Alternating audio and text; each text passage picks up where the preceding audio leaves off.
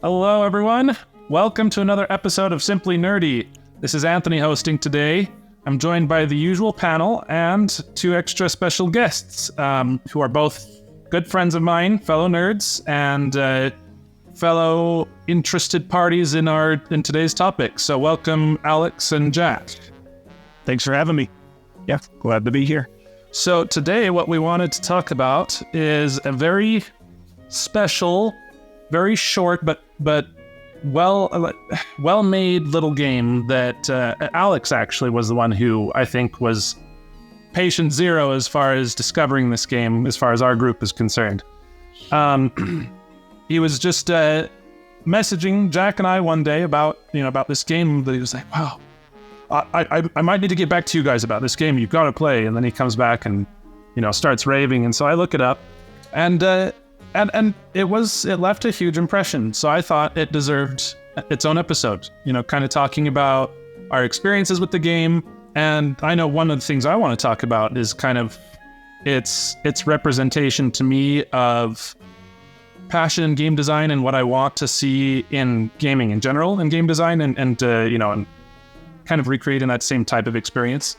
Well, all right. Anyway, so the game that we're talking about today, sorry for stringing it all along like that, is a game called Sheepy, A Short Adventure.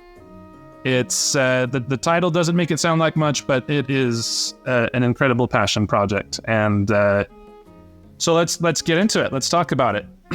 So actually, I'd like to maybe invite you, Alex, to kind of start us off. You're the one who kind of got us all into the game to begin with. Okay. So to make a long story short, I actually found out about the game through clickbait.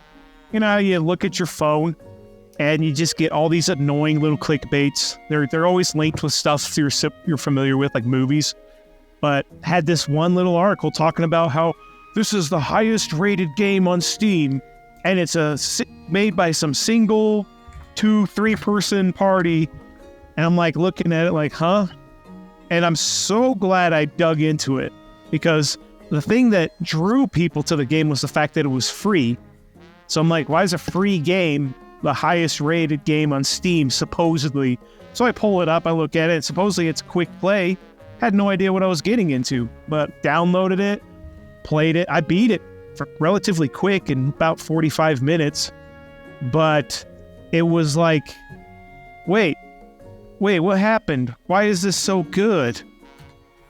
So I'll hand it over like that. Okay, perfect. So then Alex introduces me to this game, and it's I mean, those of you who've been listening to our channel know now very well that my backlog is going to outlive me. So it's hard to get me to add anything to that list, but between the quality that he was saying it had, and then also the shortness, I decided to take a stab at it myself. And I think the thing that what it highlighted for me, maybe this is my thesis here for this whole video, is I feel like that the degree of immersion, the degree of passion, the art style, the music, just everything they brought to it, just felt like these are, when I played the game, I was like, these are people who love video games. They're making this because it's an art style to them. It's something that they use as an artistic expression. It's not just a way for them to make money. Heck, they're not making money off of this thing, but they still made this game. You can buy the soundtrack, and I dropped money on it the moment I finished the game, because I'm like, how dare you not charge for this game? But from start to end, for me, it was I was just gripped by this story that, in a lot. It doesn't actually tie up. Hopefully, the way that it concludes on a cliffhanger means they're going to give us more if it does well enough. I don't know how you call a free game doing well enough. How you actually put a metric to that, but I was blown away. This world they created that is so eerie, and yet it's almost like this kind of dystopian future feel, and yet there's an almost, I don't know, like almost a homey feel to how they present it, And basically it's just so the premise of the game is you basically wake up as this stuffed sheep. There's, I don't know if you're like some sort of disembodied spirit that decides to possess this doll or whatever, but then you just kind of go on this adventure exploring this world and wondering what happened to it. And the way they introduce the story, these atmospheric elements, like it was a masterclass in atmospheric storytelling. A couple times when you would just walk to a spot on the stage and the screen would like pan out and show something either in the foreground or maybe highlight something in the background that just tells this eerie story with no words, and you just kind of sit there and soak it in. Like there were so many moments like that. No, that's actually how I spotted Alex in the elevator, is that I read that note and then I walked over to the edge of the little spot where the note was, and it panned out. I was like, what is it showing me? I don't know, why did it pan out? There has to be something to see.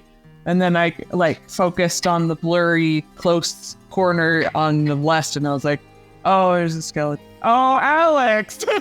so yeah.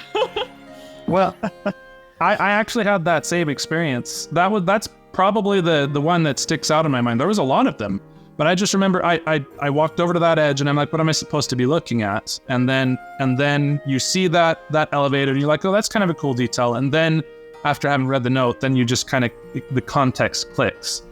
And I mean, in some ways you might ask, well, why am I making such a big deal out of the fate of some sort of, elevator worker? Or, well, I don't know what his job was, but he died on an elevator. And yet the way they tell it is, it was chilling in a I don't know how to put it to good words, really. It's just, it was a moment that made me realize this game knew how to tell a story without needing to use words to do it. And there's a lot of moments like that. It was very well done. The atmosphere, definitely. That was one of the things that stood out most to me. The whole game is just dripping with atmosphere and mystery, and you just want to know what happened to this place you're exploring. And yeah, there's few games that have done that better, in my opinion. I was going to say, in addition to what Anthony was saying, how he doesn't need words necessarily to tell you an interesting story, even the moments that did have like little recordings and things were fascinating to me. Like you might find a skeleton, and there's like a recording next to it that you can listen to, and suddenly you have context. We're like, okay, now I maybe have some idea why there's a skeleton here. It was really impressive. And it left you wondering too, because there was some cases where it looked like people died in basically what was an action shot, like someone leaning up against a window and just stuck there like that. Like something big went on, and the game doesn't really ever tell you what it was, but the way that it kind of presents it just makes you want to know. I mean, they could have done those same things and, take the atmosphere away, and it would have just felt like just a prop. Oh, look, there's a dead person there. But instead, they made it tell a story. And I don't know. I feel like I keep going on and on about this, but I think they just did an excellent job with that type of storytelling. Steven, what are you going to say? I haven't played it because I don't have a PC and it's not available on Mac, Steam. Based off what you said, I'm watching gameplay right now. Based on what you said, it really reminds me of Super Metroid, which might be the greatest compliment I can give it right now, based on what I've heard everyone saying, is it gives you the storytelling without the words. You can see everything in the atmosphere. David talked about atmosphere, and those are just really big pluses for me. So if somehow I can get my hands on this game, I am definitely going to pick it up.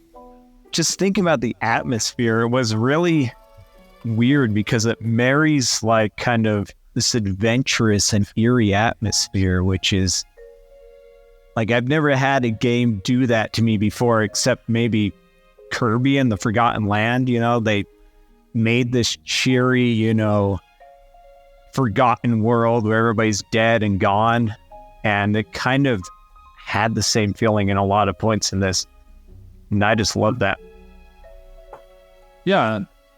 I guess I feel like you just said what I was trying to say earlier, which is, it had an almost like familiar, comfy feel to it, even though it's this dystopian future. I think it's, I'll just jump in here real quick.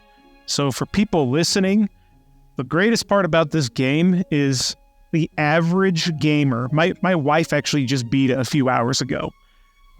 Say the average gamer, person who even like isn't that good, just enjoys playing games for fun, they'll probably beat it roughly around an hour. It's free. It takes an hour to beat.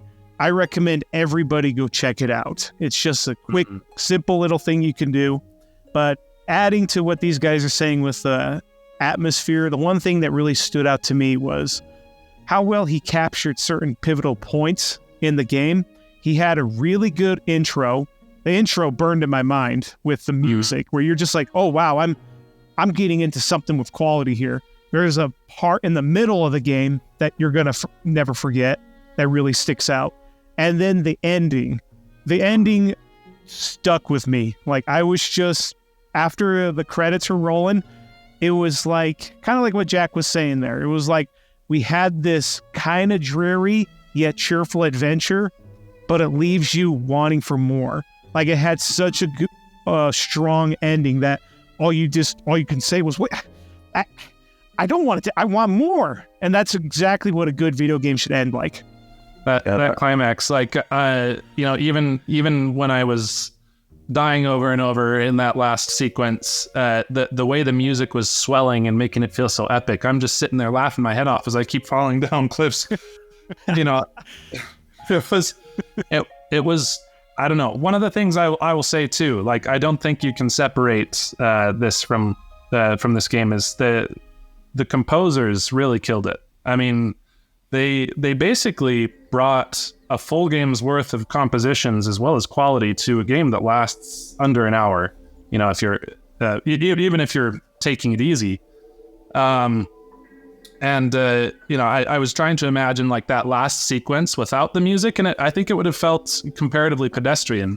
Just okay, I'm doing this thing now, and okay, now I've done that, so I need to move on to this. But instead, the music, the way it was swelling with every new accomplishment, objective that you completed, it made it feel incredible.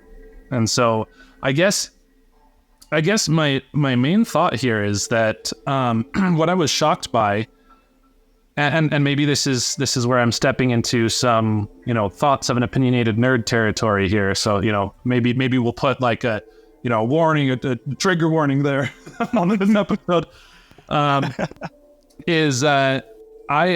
I was just stunned by how much, again, I've said this multiple times, but I was stunned by how much passion was put into this tiny little package. An hour long, these soundtracks that can blow many games out of the water. An approach to storytelling quality, art direction, all this that just it felt like someone was trying to give their magnum opus, and they just didn't have the time to completely flesh it out, and so they just really packed the meat on the bones they had, and I walked away from it, not only just completely satisfied, other than of course the length and wanting more, but also just kind of coming away thinking, man, this is what I feel like the true frontier of true AAA gaming, this is where it's found. I mean, yeah, it doesn't have cutting edge graphics or processing power or, ray tracing or anything like that, but it had soul and passion to it that I feel like an increasing number of modern video games completely lack, or at least don't have it in nearly that quantity or quality. And so, my thesis here, I guess, coming away from this, and why I wanted to make a full episode about this little game, is that I want more games like this. I want more passion. I want more of this love put into the games, because it comes through and it makes it special. And if I only get games that are an hour long, but they're all like this, that's what I want the future of gaming to be like. But heck, if you can give me 70-hour long, ray traced, fully 4K games that still bring this, I'll be there for that too. But this is ultimately why I'm a gamer. That's what this game represents for me. It represents why gaming is special. And And that's what the review I would give it. I don't know how to give it a like a score out of 10. It was sublime. Go ahead. That means a 10 out of 10. That's what that means. 10 out of 10. Yep, 10 out of 10. If I can add to basically the nature of what you're saying there. So yeah, when I beat it, I instantly went to the Steam reviews and left a review, a kind that I don't normally leave, but it's like a heartfelt thank you of, you reminded me of what made me a gamer originally when I was a kid. The one thing that I absolutely love about this game so much is it's the situation it's in, what it's standing up against. Stephen and I earlier were just talking about our love of movies. Has anybody in this chat seen Forrest Gump? I have not. Yep. No. All right. We got a couple here. So Forrest Gump. To me, this is like the Forrest Gump of gaming. Not so much in what the movie was, but what Forrest represented. There's a scene where Forrest is running across the country and everybody is obsessed with him because why? There's nothing interesting about him other than he's the underdog performing something nobody thought anybody could do. And so what we have here is a game that's the ultimate underdog. I don't know if anybody's seen Donkey's latest video that was making fun of what studios are now calling quadruple A games. But we are in a world where they're starting to call games quadruple A. Wait, did that come from them? It came from Ubisoft. Yeah. Oh no! It came. Yeah. Coming from you guys, I thought that was holy. Oh, This is Ubisoft's CEO said that their new game is a quadruple A game. And it's so crazy. It is so cool. So Anthony, that's what Donkey was making fun of. And so Jack and I couldn't stop making fun of it because we are living in an industry, in a world where you got CEOs and these giant corporate powers who are trying to get to your wallet, advertising their game as quadruples. And then you have Sheepy over here, the true underdog, who's not asking for money, that took years to make from just a couple people. And it's taken the gaming industry by storm. It's just getting more and more popular as everybody overwhelmingly says they love it. They want to support it. When I beat the game, I'll tell you right now, I honestly, not only was I in awe and I absolutely loved that, but I was actually a little mad. I got a little offended because I was like, why is this free? I got mad and I sent the creator Sheepy some money just because it just felt immoral to watch these giant companies like Blizzard selling a mount for $65 on Diablo 4. Yeah, sorry, I'm ranting now. You get the idea. I agree with you. Yeah, I just couldn't believe it. It was like you said. You said it so well. It's Sheepy's this light that's shining in the darkness, and it's also the perfect example to inspire people who are thinking of getting into games. Hey, you don't think you can make a game that's just as big and massive as Elden Ring? Great, you can still make a game that can make an influence and a change. Mm-hmm.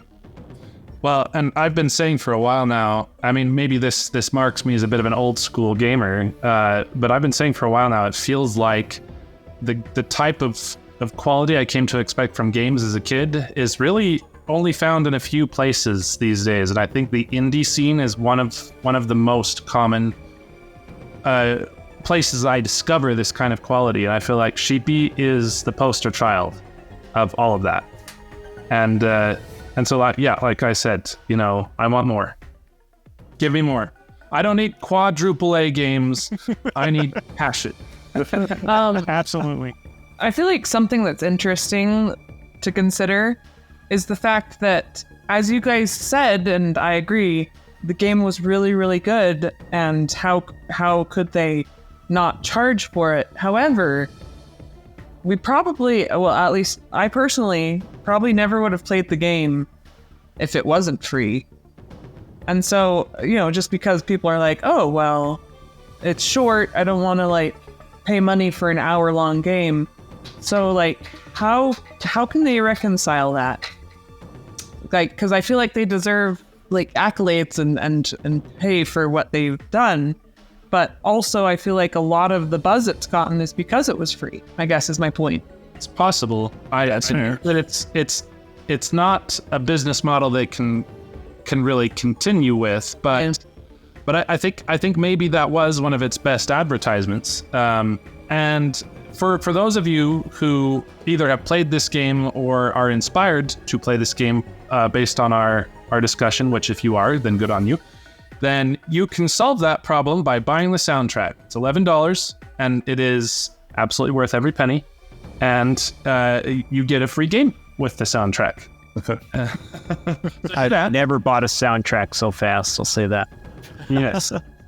I want to make a comment. I agree with Lisa that I think that the fact that it's free and it's this much quality to a game, and how can it be free, is one of the major reasons it's getting attention. And I have to admit that part of me wonders if it's intentional, right? From what I understand, this is this developer's first game that they've ever released. And maybe they're thinking, okay, this is a way that I can build some goodwill, I can get attention, get my foot in the door, and it's working. Yeah, good job. If that was your intent, good job. If it wasn't your intent, still good job. I think if they come on the show, we can ask you in person. So come on the show. I think I'll speak for Anthony and Jackson. If the creator of Sheepy was to come out and say, I am coming out with a full-fledged Metroid 10-hour game and it'll cost full price, I would throw him that money. Based on the conversation, I would too. I would throw him that money. It's the same quality. I would too, and for several reasons. First of all, the game was just a pleasure to play. Like, gameplay-wise, it was really fun. And like everyone has said, the music went along really well with it. But also stuff like, oh no, this skeleton is like up against this door, and that's kind of sad. And then random detail stuff like if you jump on a certain thing, it plays sounds, and if you walk on this chair, it starts spinning faster and faster. I just really eat up tiny, like, hypothetically meaningless things like that, but it just shows how much thought they put into the entire thing. It's like, oh my gosh, they even thought of this, and I love that. Anthony was there. I jumped around on the thing that made noise. I'm trying to be vague. I jumped around on the thing that made noise for about 30 actual seconds. One thing you missed out on, Lisa, that I felt bad about, but I couldn't do anything about, is that they even put, little, even just fun little bits of passion in the achievements you get just by progressing through the game. Like it would pop up these little notes, and they were just, full of personality, each and every one of them. Well, I did get 2 achievements for you. I don't remember what they were, but that was nice. But maybe I should play it again myself just so I can see all of them. Yeah, my favorite one was... Yeah. I actually turned off achievements for the first time because I was like, this is ruining my experience in this game. Oh, really? I didn't. Wow. Okay. Wow. That's a hot take. That's the first game that's ever happened to me. Is I'm like, I want to live in this atmosphere and not get taken out of it. Fair enough. Okay, so I got rid of you, Jack. I liked the personality in the achievements, but it did break the atmosphere a little bit to have this pop up. Okay, so maybe it wasn't a bad thing for you, Lisa. I don't know. I guess I had opposite reactions there in some ways, but I don't know. Maybe I'm just using that at least as an illustration of just how much personality it had. And probably my favorite one that is just fun. You pick up a phone, it says something random, and then the achievement pops up and it says something like, your wait time is forever. I don't know. It was just made me laugh. Another thing that I feel like was a sign of a good job in the game is that this isn't necessarily a good metric of quality because I'm pretty easy to spook. But the whole time I was just like, oh, spooked. I'm an immortal sheep. I could just go. Even if I die, I'm immortal, so it's fine. But there were still times when I was like, I'm just walking into the darkness thing. Okay, there's nothing over here. Okay, good. I'm going to go back. Yeah. Lisa, when my wife played today, I would hear her every 10 minutes. And she was straight, and she got so into so there's 2 characters in this game. There's Sheepy, excuse me, and there's the bear whose name is Patches. And she grew really attached to Patches. She's like, I want to save Patches. I've never thought I would hear someone yelling stuff like that over the secondary character, but They could make a lot of money off of making plushies out of those. oh my gosh, I was just saying that with my wife before I got home. We need a Sheepy and Patches plushie now. Yes. Man, I got it. Just found out their monetization scheme. Yeah, there we go. Hey. Like now I'm tempted to try and make an amigurumi of those guys, which is a little crocheted. There you go. Is it And we'll share it on the channel. exactly? One thing. Oh, I guess we can't do that. One thing that was also kind of funny to me is that, like, so this is me, and I has to be a brat and brag a little bit, but in games I die about the stupidest things. Like half the time I died because I just randomly jumped off a cliff, and one of my classic things that I say is an issue with me enjoying 2D Mario or 3D Mario, honestly, is I'm incapable of jumping on a Goomba, which is supposed to be the easiest dang thing ever. But in this game, it was kind of the same thing, because I would just die for stupid things like, I jumped off this cliff, dang it. But then during all of the fights, I was like, man, I'm just straight up bullying this guy right now. I feel so I kind of was like, I'm doing pretty well at the boss fights, even though I die for other stupid reasons. But yeah, I think it's partially due to the whole fact that I finally was able by the end of the game to be like brainwash myself into I'm an immortal sheep. If I die, it's fine and whatever. So I was just kind of like, instead of freaking out and thus choking, which I feel like I do a lot, I did well. I don't think I died in that last fight, and I was like, well, I almost died several times, but I'm an immortal sheep, so whatever. He just kept going. So yeah. I wish I could say that. I don't know how you did that last jump without dying. It was pretty close. I had to retry that one several times. I was pretty miffed at that point with the idea that they're gonna make things so difficult, and I'm trying to be vague on purpose for Steven. Sorry? No, sorry. Keep going. Oh, just because at that point I was like, I don't know what you expect me to do. You've made this impossible, so I guess I'm just gonna do my darndest, and apparently it worked out. Nice. Which I was shocked about, but I was also like, cool. Here we go. Nice. Yeah. I was going to say, is it worth mentioning, we usually in the gaming scene, we're familiar with games having a theme in America and usually Japan. I'm not going to spoil anything, but I think the game hinted, and I wonder if the creator's from France. There's Seems that way. Yeah, there's a big indicator trying to say that this game came from France. I just thought that was cool. Just throwing it out. This game reminded me of Celeste a little bit, if you played that. Right out as far as that platforming and some of the abilities you get. But it reminded me of Celeste combined with maybe something like Limbo or Inside. I don't know if anyone else on the channel has played those games. They've been on my list. I've been meaning to play them. Inside is the only other game I can think of that had like that strong of an atmosphere and like a creepy vibe and dystopian feel and kind of scary.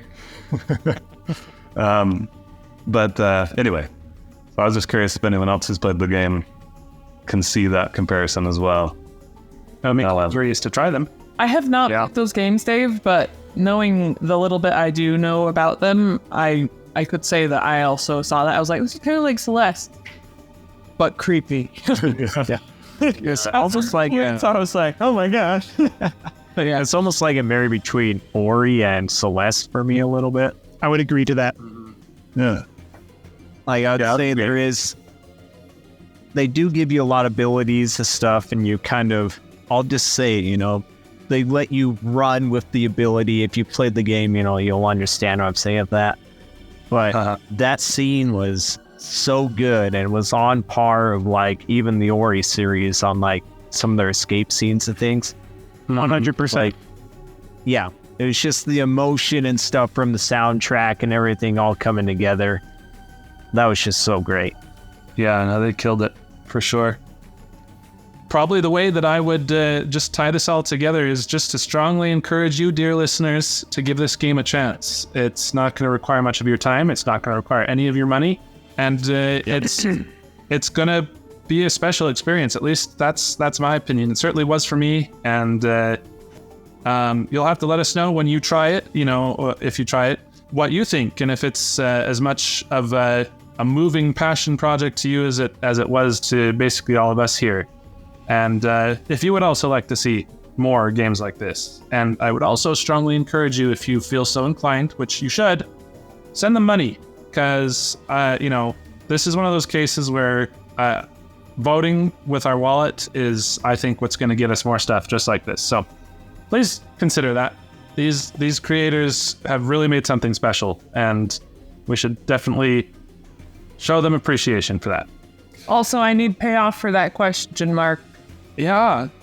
They heard something. Sorry. Anthony, what were you saying? Sorry. I was just saying I want more. I want to know what was going on with that weird world. Anyway, yeah, I'm sorry. If I just say one more thing, usually hype kind of ruins games for me, but this game was so good that it was worth everything in the hype. It is worth it. Mm-hmm. Did not ruin the experience at all. So definitely try it out. Yeah. Yep. Please do. I agree. So thank you for listening. If you enjoyed our discussion today, please give us a like and consider subscribing. And like we said, let us know your thoughts, and let us know if you enjoy the game too, if you try it. And thanks for listening. Till next time, keep it nerdy. Nerdy. Nerdy.